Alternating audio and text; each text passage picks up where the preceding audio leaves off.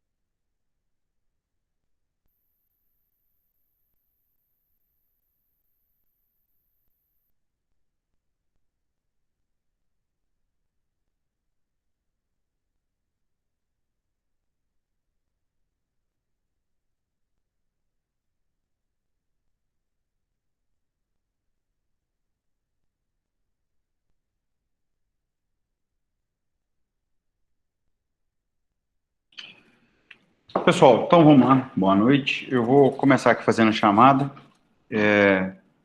Enfim, vamos lá. Acho que já tem um número considerável de alunos.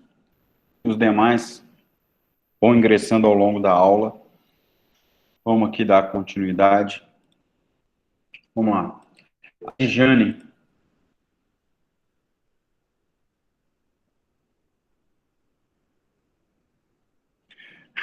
Verdade, Cristina. Ele é sim. Ele é assim. Boa lembrança. Ah, sim. Rede social. E as pessoas às vezes, confundem, né? Eu confundo nós dois. Aí, às vezes, hoje um rapaz me parou na rua, falando, ah, bacana, falando algumas coisas assim, ah, bacana, o que aconteceu, tal, o dia que você falou. Aí eu fiquei olhando assim e falei, o senhor tá me confundindo. Foi engraçado. Claro que eu vou votar nele. Vou votar nele sim, Link. Só que ele não sabe, né? Eu faço raiva nele. Quando ele fica me fazendo raiva aqui, eu falo com ele, ih, vou votar em você não, mas eu vou. Exatamente, voto secreto. Mas meu voto declarado nele, né? Enfim, bacana. A gente começa agora um movimento democrático aí, municipal. Acho muito legal, assim, a repercussão positiva e acho legal ele gostar, né, de política partidária, enfim. É um cara muito inteligente, muito dedicado. Eu tô torcendo por ele. Eu só não conto para ele para não dar para irmão mais novo, mas eu tô torcendo muito por ele. Bom, vamos lá então. Adjane, Aloísio, Álvaro, Amanda, Ana Flávia,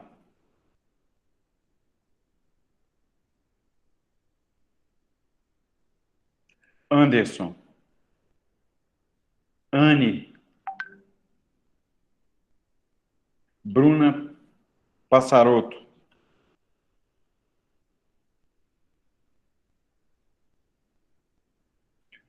Eu acho que alguém aí tá sem responder. Parece que eu vi a. Ai, agora respondeu. O Anderson também, parece que eu vi ele acessando, enfim. A Bruna. Bruno Carlos.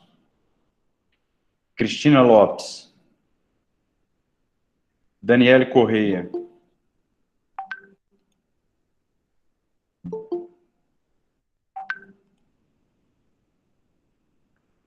Jaylaine. Fabiola.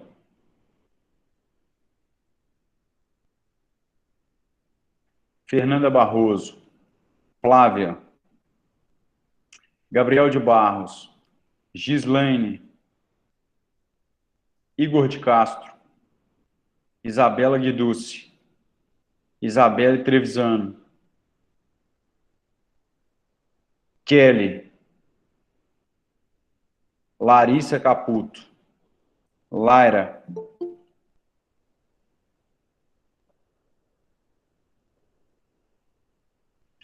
Laís Pacheco.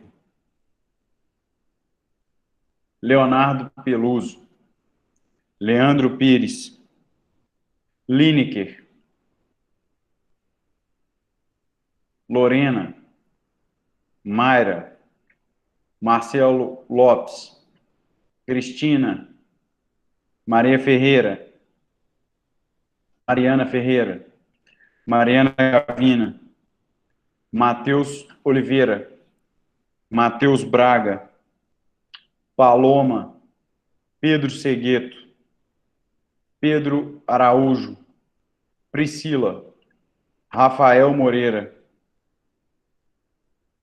Raíssa. Renata Santos. Rodrigo. Sabrina do Amaral. Stephanie. Thales. Talita. Thaís Marçal. Tiago Arruda. Viviane e Washington. Alguém que eu tenha esquecido de falar o nome? Ah, ok. As pessoas que levaram falta: Adjane, Ana Flávia, Bruna, Fabiola.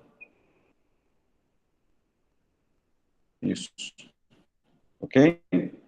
Os demais com presença. Bom, pessoal, vocês puderam ver do material. Eu não sei se vocês chegaram a ter contato com o material, que eu separei um material um pouco maior do que eu tenho costume, que é um material sobre provas. E aí eu trato com a adaptação da prova do CPC, a aplicação do conceito de prova do CPC para a CLT. E esse é um tema muito relevante, tem na nossa prova de amanhã alguns quesitos lá relacionados à prova. Então, assim, é muito relevante e para nós aqui é extremamente importante a compreensão da prova na CLT. Isso porque, pessoal, eu vou colocar ao final um fragmento de um acordo do TRT da Terceira Região, em que ele fala sobre o ônus da prova trabalhista. E eu dei o print dessa tela, vou separar essa tela para a gente, porque esse acordo é agora do dia 29. Eu lendo esse acordo e lembrei que eu tinha postado um material para vocês relacionado à prova. E é uma situação interessante, só para começar a aula com esse exemplo, que eu acho que fica mais interessante. Trata-se da seguinte situação, e abarca muito da matéria que vocês estudaram e vão estudar. Trata-se de um processo trabalhista em que a reclamante ingressou com ação contra o Magazine Luiza. Eu estou advogando para a reclamante e o escritório de São Paulo advoga para o Magazine Luiza. Essa ação tratava sobre a desconfiguração do contrato intermitente por questões de habitualidade. Então, o contrato intermitente é aquele que você convoca o trabalhador, ele trabalha por um período, por isso o nome intermitente, e recebe proporcional àquelas horas. E não é considerado à disposição do trabalhador. Ok? Está lá a configuração do contrato intermitente. Se vocês não viram, vocês vão ver com a professora Aline, de forma detalhada e muito bem explicado pela Aline. Então, está lá o contrato intermitente, a ação foi julgada improcedente.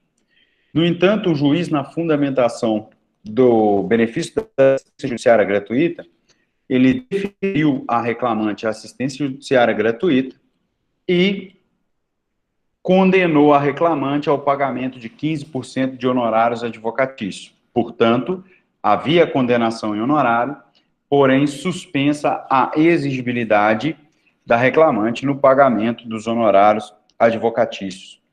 E isso, vocês estudaram comigo, a condenação está lá, a condição de exigibilidade está suspensa e, portanto, pelo prazo de 2 anos, aqui da CLT, ok? Pelo prazo de 2 anos, fica-se suspensa a exigibilidade até o momento em que a empresa, que os advogados da reclamada comprove a alteração na condição de hipossuficiência e, portanto, desarquive e dê continuidade ao cumprimento aí de sentença para o pagamento dos honorários. Esse é o fato delineado. Então, esse é o ponto de partida da nossa aula. Aí, os advogados, era um processo de valor alto, portanto, 15% desse valor era um valor considerável de honorários. Os advogados, então, fizeram o quê? A sentença transitou em julgado. Na verdade, esse processo foi ao TST. Então, o ministro relator não aceitou, não admitiu o recurso de revista, por não considerar o requisito de admissibilidade, que seria ofensa direta à Constituição. Nós ingressamos com agravo de instrumento em recurso de revista, foi apreciado o agravo e, no mérito, ele foi improcedente.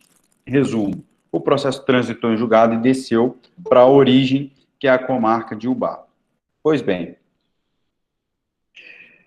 então, transitou, os advogados imediatamente atravessaram uma petição, afirmando o seguinte, e aqui começa especificamente a nossa aula, dizendo o seguinte: excelentíssimo senhor, juiz do trabalho da comarca de Ubá, os advogados, que subscrevem a presente peça, a fim de dar seguimento ao cumprimento de sentença, requer a intimação da reclamante para que apresente declaração do imposto de renda do último ano e a carteira de trabalho para comprovar se ela foi realocada no no mercado de trabalho e, portanto, está aferindo renda com o seu trabalho. Então, eles fazem esse requerimento e fundamentam que esse pedido de apresentação de prova para o cumprimento de sentença se justifica pelo fato desses dois documentos serem documentos que somente a reclamante está de posse dele.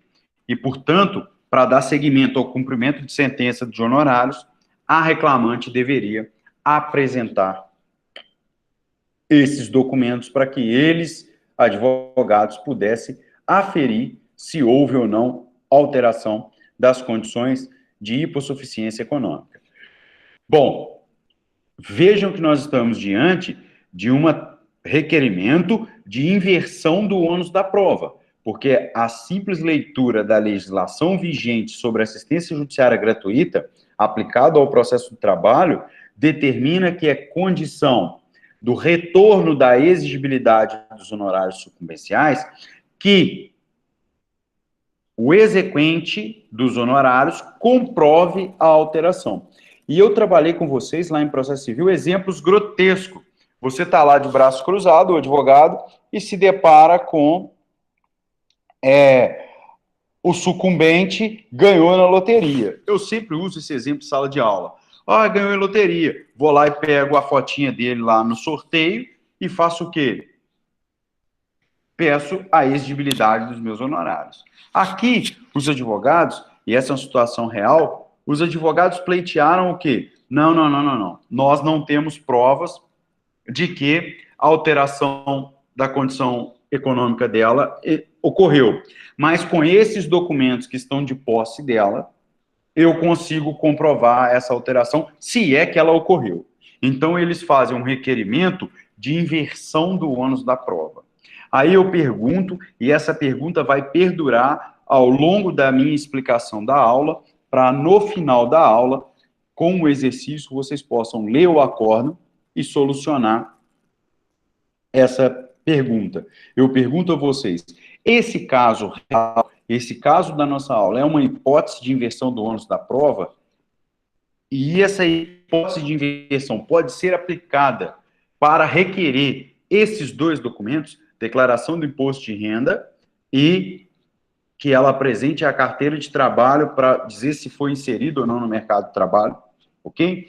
Então, fiquem aí com essa pergunta. Essa é a pergunta que sustenta toda a explicação da aula e, inclusive, sustenta o nosso exercício que eu vou reproduzir aqui para vocês, o acórdão com uma decisão que, do meu ponto de vista, uma decisão brilhante da 11ª turma do Tribunal Regional do Trabalho. É um fragmento pequeno e dá para a gente uma noção fantástica de um caso concreto do que seria essa possibilidade de inversão do ônus da prova, ok? Ficou alguma dúvida quanto ao caso, à explicação do caso, pessoal?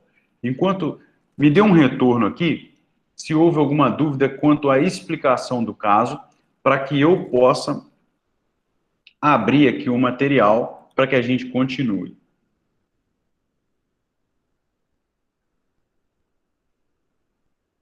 Senhores, alguém pode? Isso, pelo menos me deu um mínimo de retorno. Isso, para eu saber que tem pessoas aí do outro lado. Então, eu fico olhando só para fotinhas aqui, rostinhos, e acabo me sentindo um boneco aqui. Deixa eu abrir o material.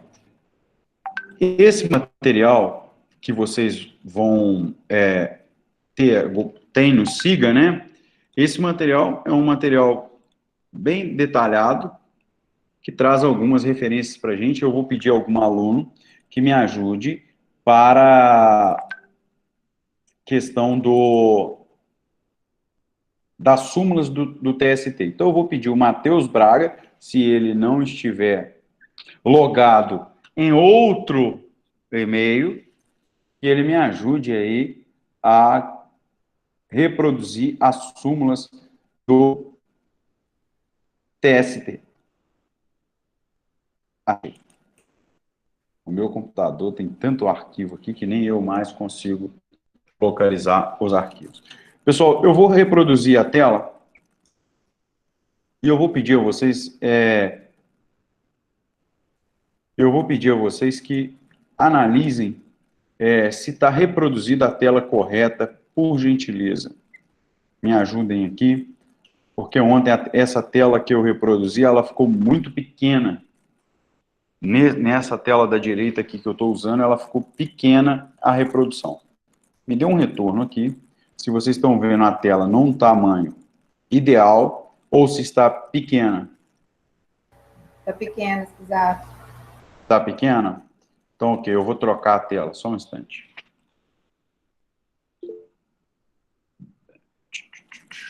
Só um instantinho, só um instantinho. Porque aconteceu a mesma coisa. A tela ficou...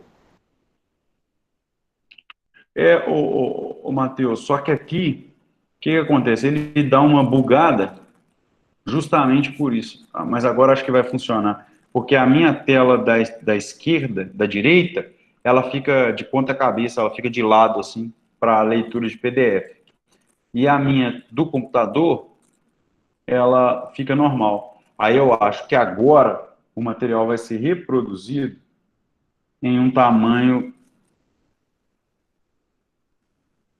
Ficou melhor agora? Ou é pequeno? Tá do mesmo jeito. Agora tá bom. Agora sim. Ok. Bom, aqui a gente continua. Pessoal, agora acho que funcionou, deu certinho. Agora ficou bacana. Aqui, o que significa para nós aqui a análise de prova? E eu deixei essa pergunta. Vocês vão encontrar, e isso já foi falado lá em processo civil, o CPC ele não traz o que seria a prova, tá? E aí nós poderíamos ficar até 10h40 discutindo o que seria prova, o que pode ser o conceito de prova. Nesse ponto da matéria, eu acho importante a gente focar na parte da legislação, em que o CPC ele traz os meios legais, legítimos de prova, ok? Para que a gente não discuta lá em TGP, ou que a gente não discuta isso em processo civil 1 e 2, aquilo que seria a prova. E eu tenho um livro interessante aqui, que eu ainda vou colocar para vocês parte desse livro, é como que os tribunais superiores, principalmente o STJ e o STF, como que eles lidam com o conceito de prova. E eu vou colocar isso ao final, ou na nossa próxima aula síncrona, como um material complementar para aqueles alunos que estão, de alguma forma, já se preparando para concurso público ou se preparando para algumas provas aí de estágio, enfim. Por quê? Como que as cortes superiores entendem esse conceito de prova? Aqui, para nós, vamos trabalhar com os meios de prova, ok?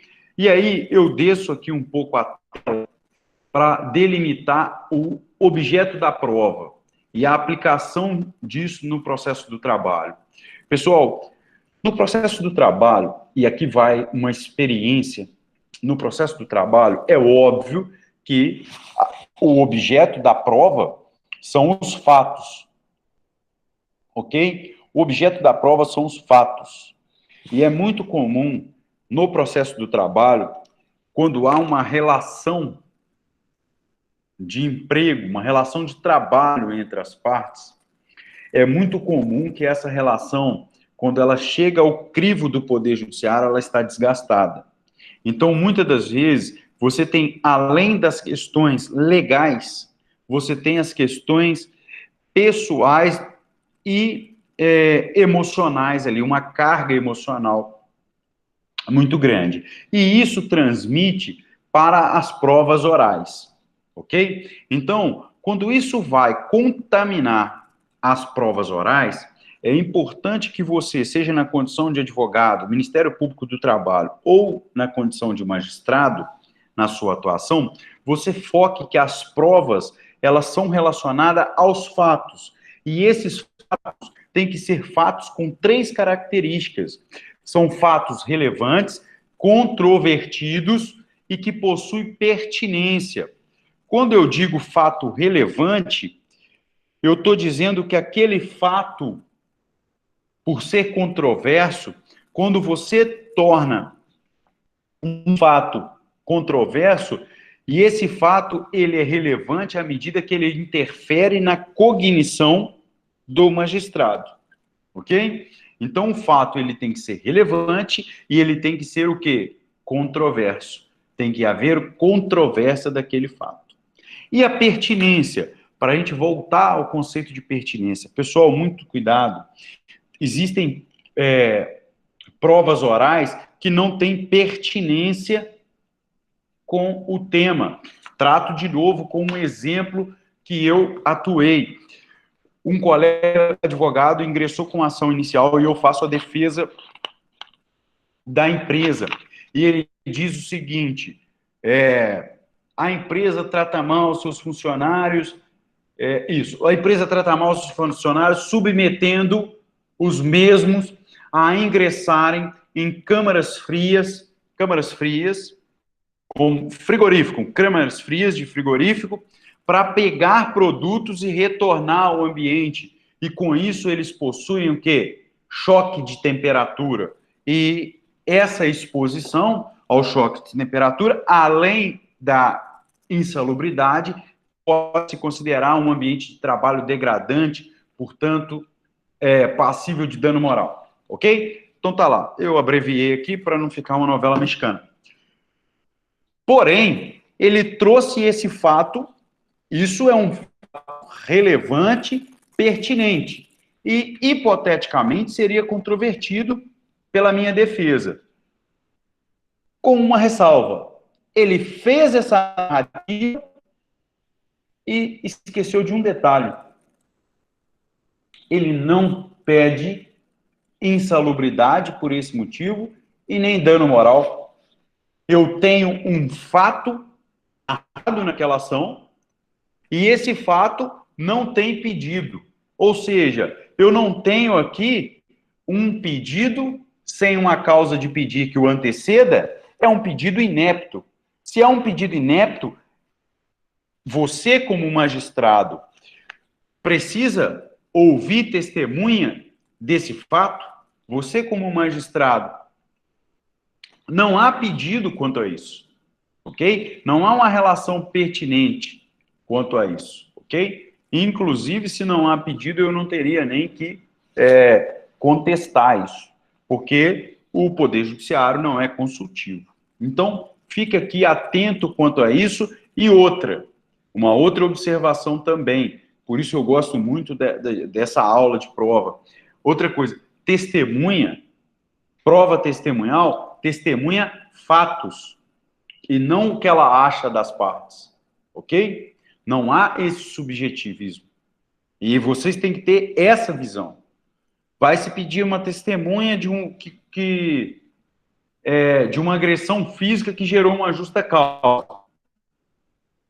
Aí, você, como magistrado, para formar a sua convicção, você pergunta ao advogado da parte, doutor, a testemunha é para testemunhar sobre qual fato relevante, pertinente e controverso?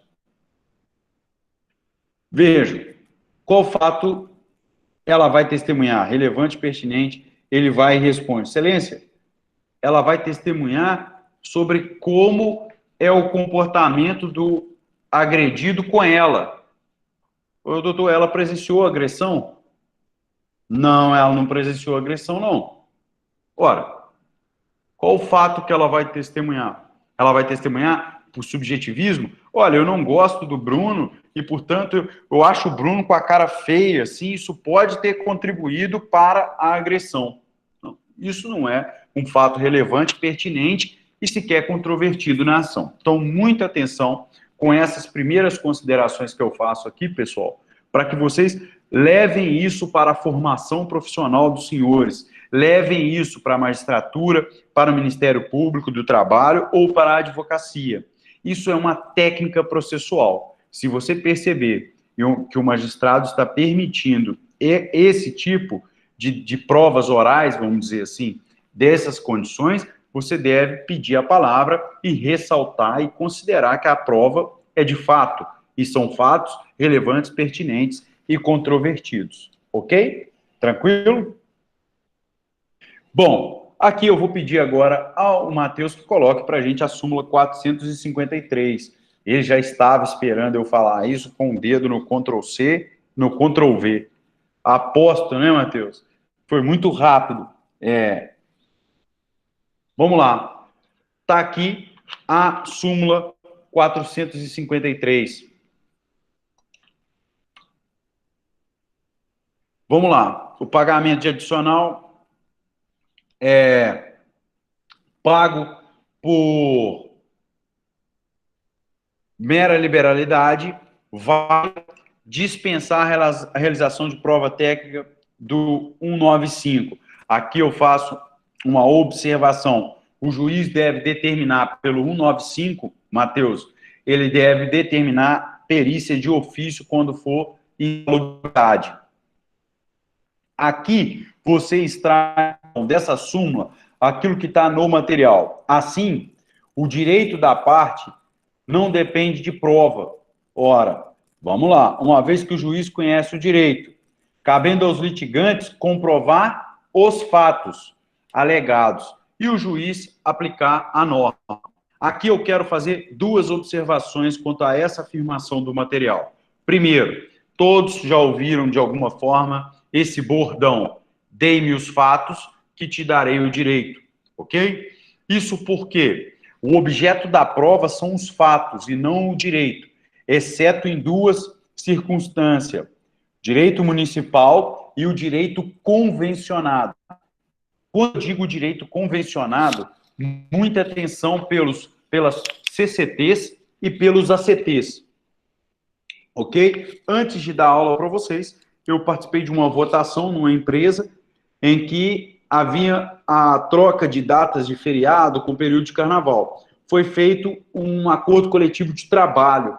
Se eu precisar discutir esse acordo coletivo de trabalho ou qualquer direito relacionado a esse acordo coletivo de trabalho, ele tem que ser carreado na inicial, ele tem que instruir a inicial, ok? Porque é uma exceção a essa afirmativa que está no material de vocês. Direito municipal e direito convencionado. Eu não sei se vocês estudaram com a Aline as convenções coletivas de trabalho ou ainda não chegaram nesse ponto, porque comigo vocês vão estudar os dissídios coletivos e aí a gente pega um pouco da questão do conceito de convenção coletiva de trabalho e acordo coletivo de trabalho.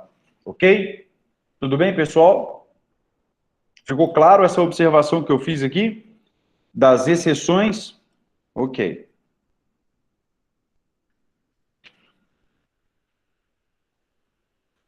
E aqui no material eu vou descendo. Vamos lá, vamos lá. A questão da súmula Laís e demais alunos é o seguinte: eu tenho a súmula 195, o Matheus vai colocar. Desculpa, gente. Alguém está com o som ligado aí, eu acabei me desconcentrando. Desculpa. O artigo 195, ele determina que o juiz, quando há requerimento de insalubridade, no meu exemplo aqui não houve.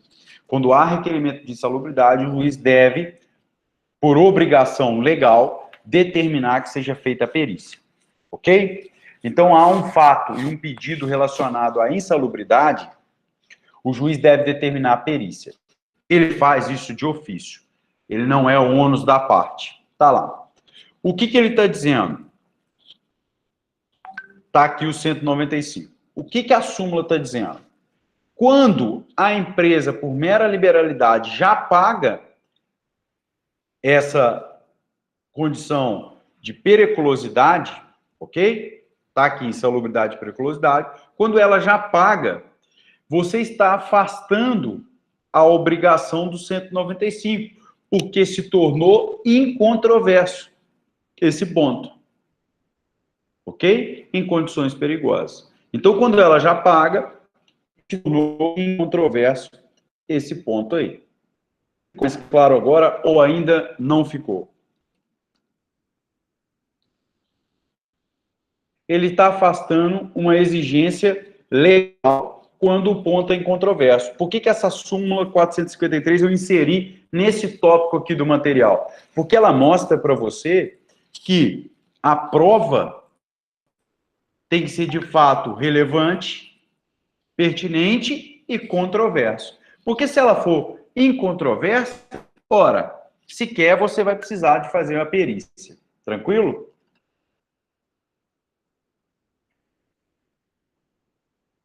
Tranquilo, Laís? Beleza, que ótimo. Tá joia? Bom, e aqui eu vou descer o material, porque... Nossa, espera aí que eu disse muito aqui. Eu vou descer o material, porque o 376 é o que eu acabei de falar, que são as exceções, o direito acordado, né, o convencionado, e o direito municipal, e aqui você tem... Eita ferro, o negócio aqui tá feio hoje, hein? E você tem aí o 376. O negócio aqui tá, aqui tá.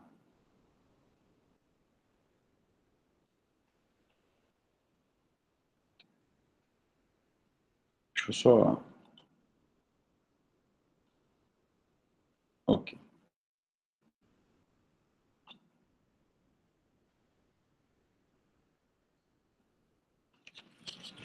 Tranquilo, pessoal? Ô, Matheus, é meio complicado para mim essa questão do...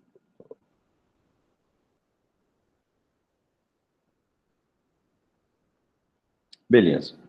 Tá aqui. Acho que aqui tá suficiente.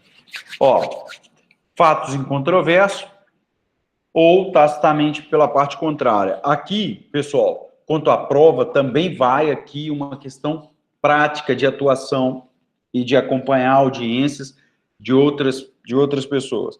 Cuidado ao elaborar uma contestação. Por quê? Um fato pode se tornar incontroverso pela ausência de impugnação específica dos fatos. Não está no material aqui, mas vejam que se eu tenho um pedido, e esse pedido tem a causa de pedir um fato, e não houve impugnação específica desse fato, esse fato, nesse momento, passa a ser um fato incontroverso.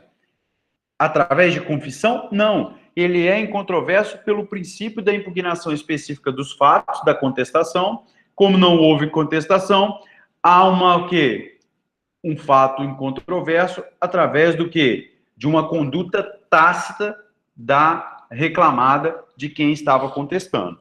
Então, vejam que se você se depara com a ausência de impugnação específica dos fatos, isso eu vi hoje, eu recebi um relatório, uma contestação de 30 laudas em que a maioria dos fatos não foram impugnados especificamente, foram impugnados de forma genérica.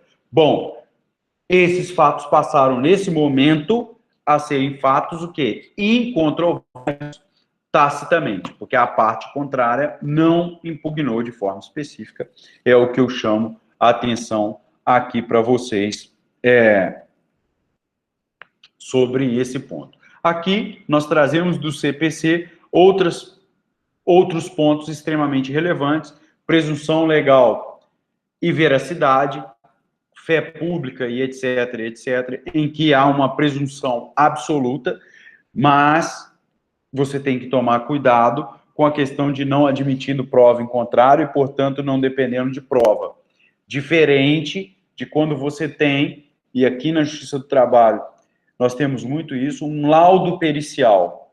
Esse laudo pericial, o perito oficial tem fé pública. Um laudo pericial, então, é presunção absoluta de veracidade? Não, porque faz prova em contrário. Então, se eu questiono um laudo de um perito oficial, eu atraio para mim o ônus da prova, tá? Porque esse laudo, Ele possui presunção baseada na fé pública do perito oficial, o que não significa o que está escrito aqui, que é presunção absoluta, ok? Muita atenção quanto a esse ponto. O terceiro ponto é o que eu acabei de dizer sobre a presunção relativa. Eu vou só falar uma, enquanto o Matheus pega para a gente o 447 e o 456. Já repito, enquanto o Matheus pega esses dois artigos para mim, eu vou falar as três novamente. Eu tenho os fatos incontroversos, que podem ser expressos, quando a parte confessa, ou pode ser tácito. E o exemplo que eu dei do ponto se tornar incontroverso de forma tácita é quando há uma ausência de impugnação específica do fato. Quando eu deixo de impugnar um fato de forma específica, na contestação, esse fato passa a ser o quê? Incontroverso por ausência de contestação. Ok? Tenho duas presunções. A presunção... Desculpa. Presunção legal e a presunção relativa. E aí, eu fiz uma observação muito comum, de exemplo para a aula. Um laudo pericial do perito do juízo. O juiz nomeou esse perito. Ele foi e fez um laudo. Se enquadra numa presunção legal ou estamos diante de uma presunção relativa? Nós estamos diante de uma presunção relativa, mesmo que o perito tenha fé pública. Quando eu digo presunção relativa, é que eu atraio o ônus de provar o vício no laudo pericial. Ok? Tudo bem? Quem perguntou foi o Rodrigo. Rodrigo, beleza? Vai ficar mais claro agora com os dois artigos que nós colocamos aqui. O artigo 447 e o artigo 456. Percebeu, né, Matheus? Nós colocamos. É assim que funciona aqui no escritório. Se nós ganhamos, se ganhou a ação, o Bruno ganhou a ação. Se a ação foi improcedente, nós perdemos a ação. E se tem algum erro na peça processual que algum de vocês encontrar no fórum, eu estou vendo a Lorena aqui, a Laís já adiantou, o Matheus, se está no gabinete, se viu uma petição errada, não sou eu. A ordem é o estagiário, a estagiária, e se não foi a estagiária, a culpa é do meu irmão, tá? E do Milton agora. É os dois. Eu nunca erro, tá? Raramente eu cometo equívocos, mas erro, não, aqui não. E se ganhou a ação, fui eu que ganhei, tá joia? Guardem isso para a vida de vocês. Bom, tá aqui. Na extinção do contrato de trabalho, aí, Anderson, essa é a sacada. Essa é a sacada. Se ele ganhar a eleição, eu fui o melhor cabo eleitoral que se pode imaginar nessa cidade. Se ele não ganhar, eu avisei. Sabe aquele cara que fala assim? Eu avisei. Entendeu? Tem isso.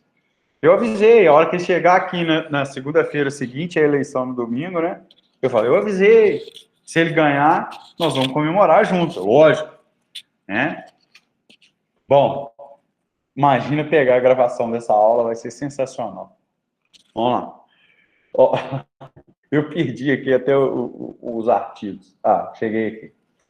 Bom, duas regras inseridas aqui, o 477 e o 456. 477, vejam aqui, ó, na extinção do contrato de trabalho, o empregador deverá proceder à anotação na CTPS e comunicar a dispensa aos órgãos públicos. Pessoal, tem jurisprudência consolidada sobre isso.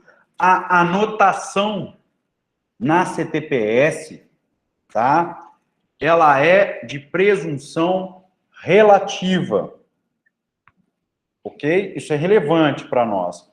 E vejam aqui, ó, 456, complementando. A prova do contrato individual do trabalho será feita pelas anotações constantes da CTPS profissional. ou por documento escrito e, prestem atenção e grife, suprida por todos os meios permitidos em direito. Nós estamos falando aqui, então, de uma presunção relativa, ok?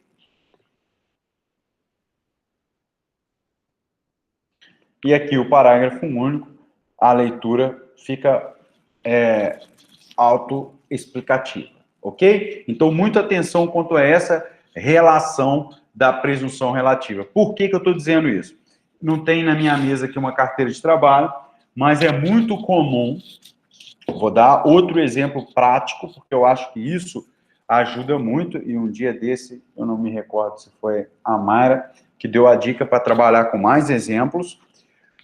O que acontece? O trabalhador me procura e fala assim, doutor, eu recebia na empresa R$ 1.500, mas olha aqui, doutor, tá anotado na minha carteira só 1.000. Eles me pagavam 1.000 no contra-cheque e 500 por fora. É o famoso caixa 2, o famoso pagamento extra-folha, ok? Aí você ingressa com a ação pedindo que esse valor de R$ 500 que era pago por fora seja inserido na remuneração para cálculo de INSS, fundo de garantia e os demais cálculos, ok? A empresa vem, e eu não quero questionar isso, a empresa vem e contesta, dizendo o seguinte, ora, não há prova em contrário, porque se não há prova em contrário do pagamento extra-folha, a anotação na carteira tem presunção absoluta de veracidade. Viram isso? Como que você sairia dessa impugnação? Com base no 477 e com base no 456. Ora, a prova do contrato e das características do contrato está na CTPS, ok? Mas a própria legislação, parte final do 456, permite prova em contrário. Então você vai dizer o seguinte, ok, é um fato controverso, é um fato relevante, é um fato pertinente e um fato controverso. Aí você pode fazer prova testemunhal, ok? Ou prova documental. Você vai juntar um documento, que é um contra-cheque paralelo, você vai tentar extrair a confissão do preposto da empresa, você vai produzir uma prova testemunhal, ok? Então, guardem isso. Anderson, eu dei esse exemplo porque esse diminuiu um pouco por causa da mudança de questões tributárias. Porque antes a questão tributária incidia, em alguns casos, sobre a folha. E agora elas são presumidas sobre o faturamento. Quando era sobre a folha, alguns empregadores registravam um valor baixo na folha de pagamento para recolher menos tributo. E aí fazia esse pagamento extra-folha. Agora, como muitas das empresas tiveram uma alteração tributária passando a incidir sobre o faturamento da empresa, não faz mais sentido. Mas nós já tivemos aqui, quando eu comecei a advogar, pessoal, eu peguei um efeito cascata, eu chamo isso de efeito cascata. Eu peguei um efeito cascata numa determinada empresa que nós pegamos uma ação e ganhamos essa ação. Entra num outro tópico do material aí, que é o da prova emprestada. Nós ganhamos uma ação e nós fizemos as provas desse processo, que foi transitor, nós utilizamos em diversos outros processos. Isso gerou uma enxurrada de ações semelhantes com base nessa questão do pagamento extra-folha. Hoje não se compensa mais, nunca compensou violar a legislação trabalhista. Mas hoje, pelo aspecto tributário, eu acho até não muito inteligente fazer isso, porque fica caro, né? Porque você vai ter uma condenação, execução previdenciária, enfim. É uma coisa para se chamar a atenção. Matheus, espero que você já tenha visto o material, que nós temos uma sequência de súmulas para serem colocadas aqui, porque eu quero mencionar cada uma dessas súmulas. Pode ir aos poucos, enquanto eu desço o material aqui, pode colocar a 12, a 16 e a 43, tá?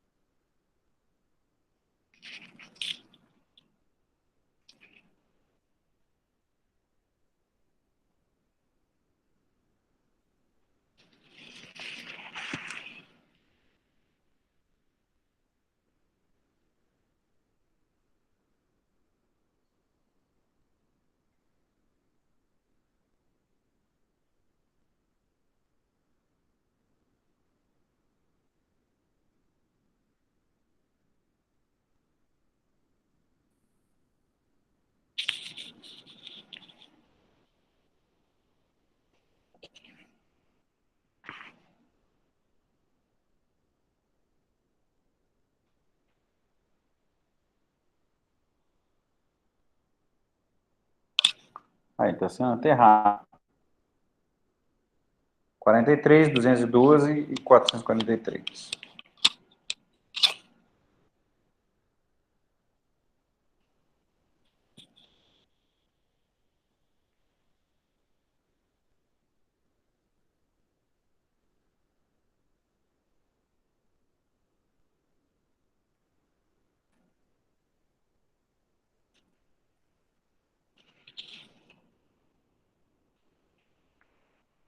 Opa!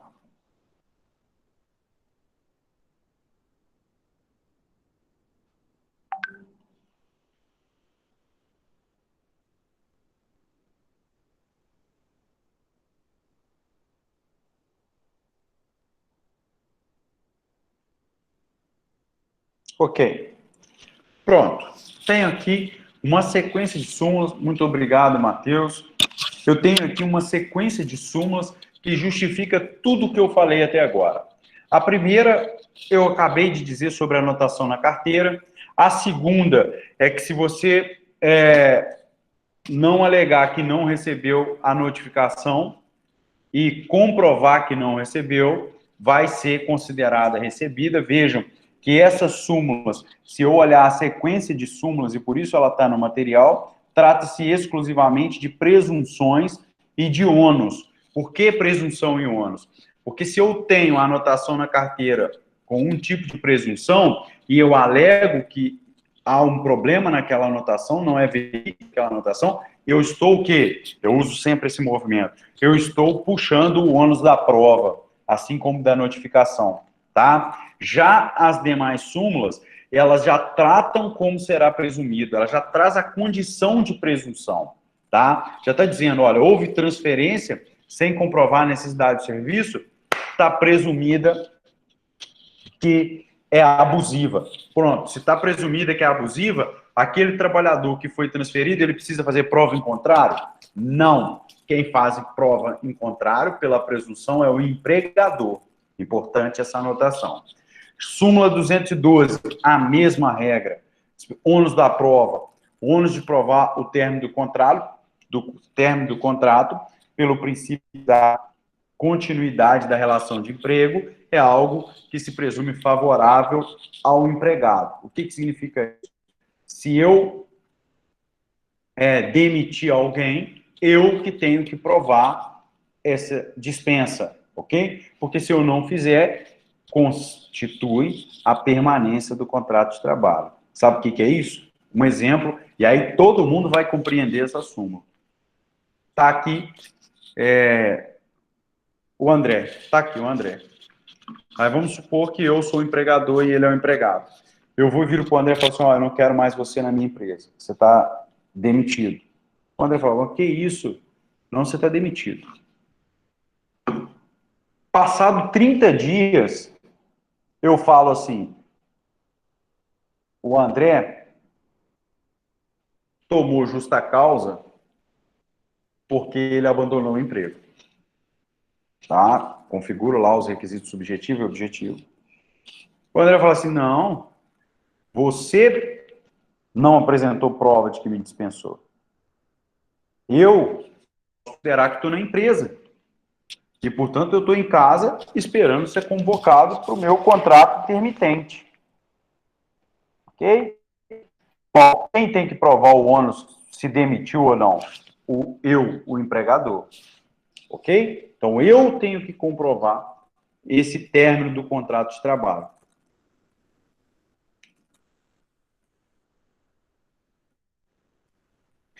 Pessoal, veja aí a pergunta do Thales, para que não fique travando e fique uma péssima gravação depois, ou vocês não compreendam nada. Tem o áudio de mais alguém que está travando, pessoal?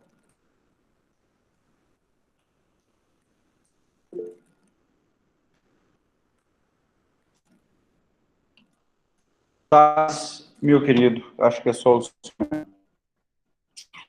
tranquilo. Pessoal, e aqui quero... Tá de boa, tranquilo? Então, beleza. Ó, aqui eu quero deixar essa parte aqui e vou trabalhar com um acórdão que eu quero reproduzir o acórdão aqui para vocês. Então, fique aqui com essa concepção do 852B, que é uma coisa interessante na Justiça do Trabalho e que me chama muita atenção pela característica de fundamentação do magistrado por essa questão aqui, a experiência, e o juiz pode apreciar, está até em negrito, o juiz pode apreciar as provas e dar especial valor às regras de experiência comum. Isso é muito interessante. Alguns atores da Justiça do Trabalho consideram essa parte final como capaz de gerar insegurança jurídica.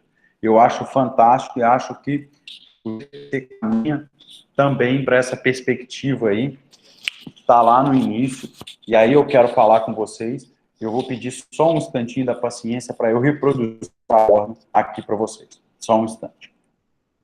E enquanto eu reproduzo o acordo, se alguém tiver alguma dúvida, eu estou à disposição.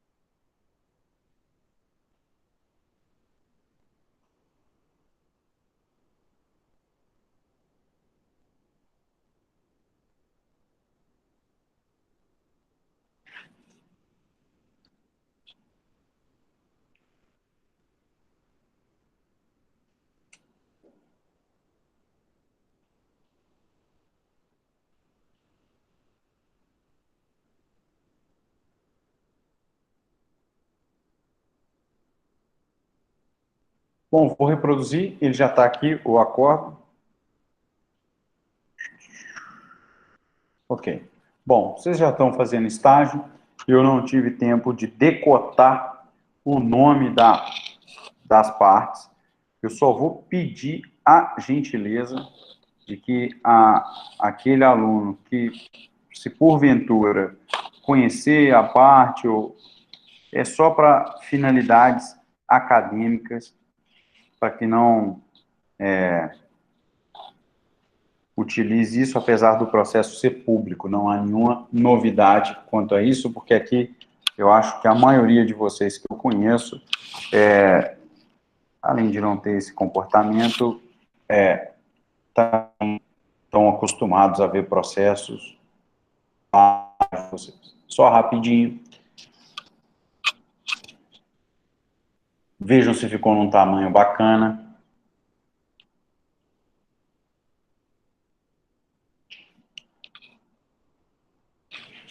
Sim. Ficou legal? Ó, então aqui vocês vão se deparar com um acordo. Trata-se de um agravo de petição, nós vamos estudar essa espécie de recurso. Agravo de petição é um recurso em fase de execução ou de cumprimento de sentença, melhor dizendo. Trata-se de um recurso que desafia decisões definitivas em sede de cumprimento de sentença, em sede de fase de execução. Chama-se agravo de petição, tá? O agravo de petição, aqui vocês já vão encontrar aquela explicação que eu fiz para vocês no início da aula, e a matéria é uma execução de honorários advocatícios de sucumbência. E aqui, da leitura, insurge-se a reclamada contra a decisão do juiz de primeiro grau, e o juiz de primeiro grau, pessoal, indeferiu, e aí eu já vou respondendo, o juiz de primeiro grau indeferiu a obrigatoriedade da reclamante apresentar esses documentos requeridos. A empresa, então, invocando o princípio da aptidão da prova, esse princípio nós vamos trabalhar com ele, o que significa o princípio da aptidão da prova, tá? Fez o quê?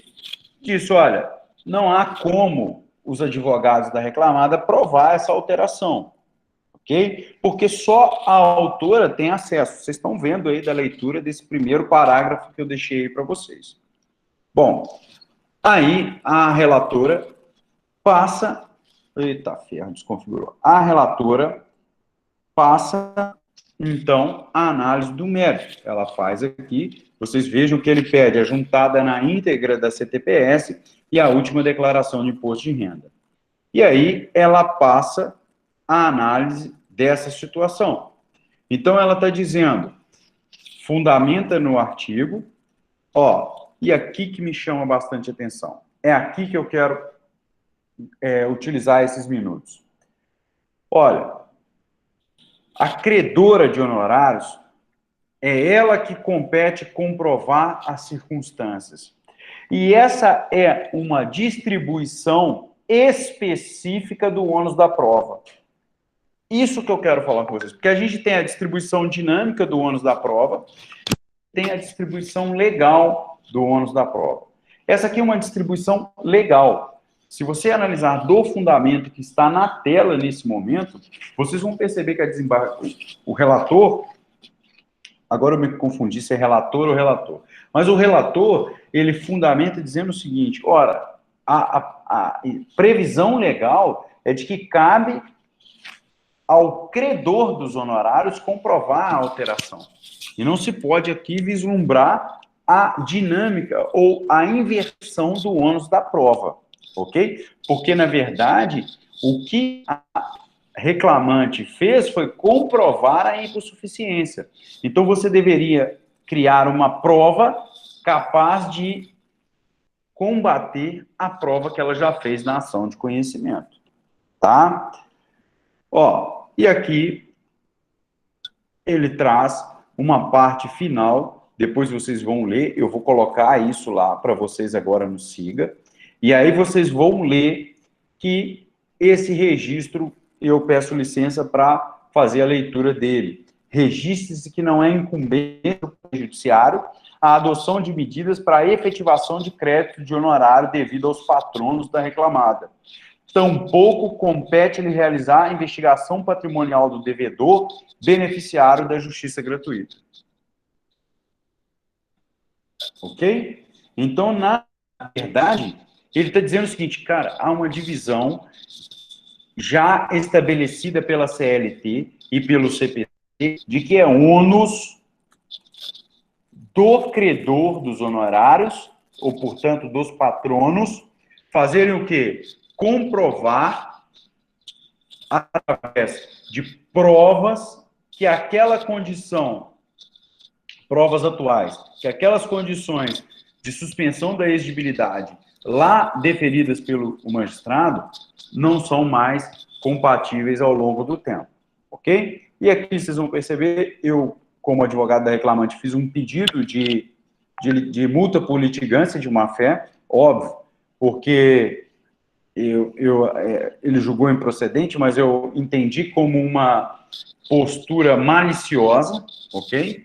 Para induzir a parte e o juiz a comprovar, porque, vejam, o que eu chamo a atenção, e aqui não tem muito a ver com o processo do trabalho, mas com o processo, tanto civil como processo do trabalho e processo constitucional, que são as matérias que eu tenho afinidade para lecionar, é o seguinte, imagine a situação em que eu apresente o documento requerido e digo o seguinte, ora, ela não tem valores a receber, ela não tem vínculo, eu juntasse esse documento com a ideia do indeferimento da condição de exigibilidade.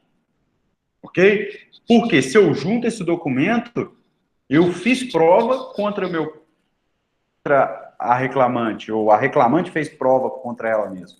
E isso não é verdade, ela não teria que apresentar esses documentos. Ela não tem a obrigação legal de provar a sua condição de suficiência. Isso ela já o fez da questão do benefício, ok? Então, eu preciso que vocês definam no processo do trabalho qual o significado do princípio da aptidão da prova. Então, eu vou colocar no grupo, essa é a questão dessa semana, ok? Eu coloco e peço para reproduzirem no grupo da sala para aqueles alunos que não assistiram a aula ou que só estão logados. Só um instante que eu vou reproduzir aqui.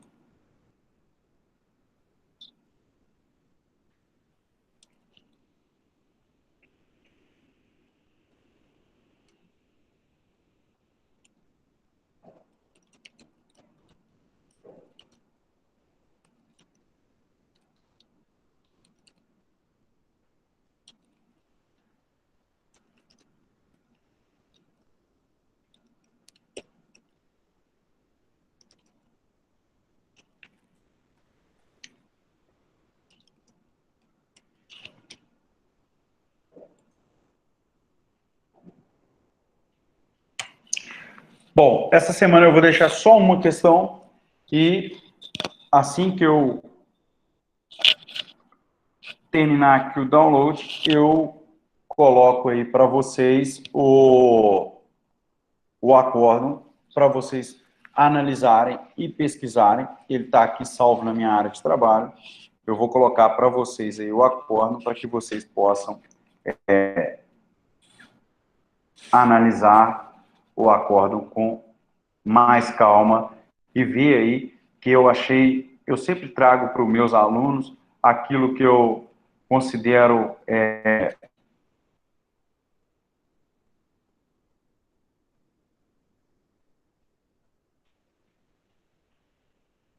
você leitura aqui, o Matheus, da leitura do acórdão? É isso? Eu vou reproduzir para você. Vou colocar no grupo aqui. Ela fala que ele tem pretensão contra texto expresso de lei, é o 791 aí, parágrafo 4º, tá? Eu vou colocar ele aqui agora e já inicio a chamada, tá, pessoal?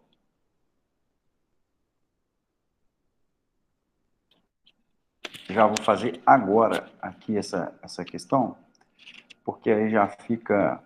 Ai, olha que bonitinho que tá isso aqui. Ok? Eu consigo colocar aqui o acórdão, eu consigo colocar o acórdão aqui nesse chat? Tem como compartilhar documento desse chat? Alguém sabe me dizer isso?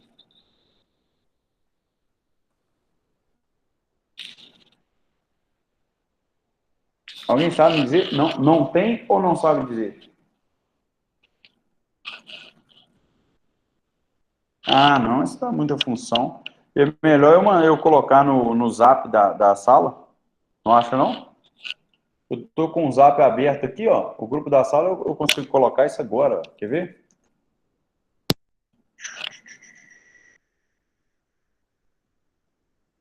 Aí, alguém verifica para mim se chegou lá no grupo da sala, se está certinho, que eu vou abrir o SIGA aqui para fazer a chamada, e à medida que eu for falando o seu nome, você já pode sair da sala. Eu me despeço aqui. Muito obrigado mais uma vez, e boa noite para todo mundo. E só vou falando a chamada aqui, só um instantinho. Chegou lá? Deu certinho? Ah, beleza. Adjane, ótimo. O primeiro nome tem essa prerrogativa, né? Manda uma presença e já rapa fora. Então, vamos lá. Deixa eu separar as telas. Eu estou reproduzindo a tela ainda, não, né?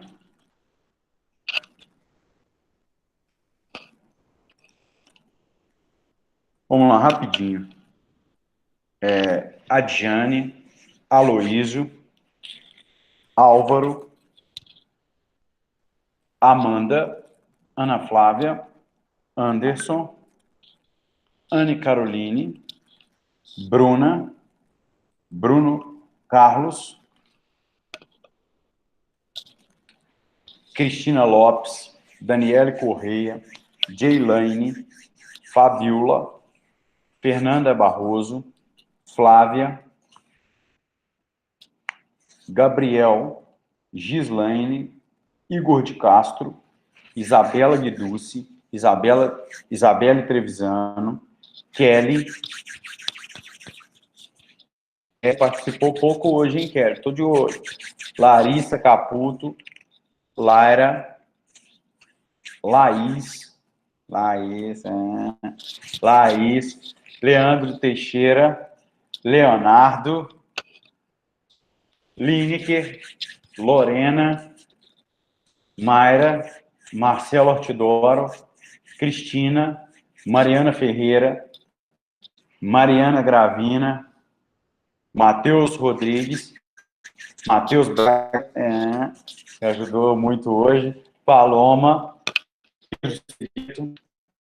Pedro Araújo, Priscila, Rafael, Raíssa, caiu a conexão várias vezes, né, Raíssa? Renata, Rodrigo, Sabrina do Amaral, também a conexão caiu algumas vezes, Stephanie, Thales, Thalita, Thaís Marçal, de volta às atividades presenciais no TJ, Tiago Arruda, Viviane e o Washington. Alguém que eu esqueci do nome, que ainda está logado? Pessoal, então, boa noite, tchau, e aproveitem o final de noite aí. Aquele abraço.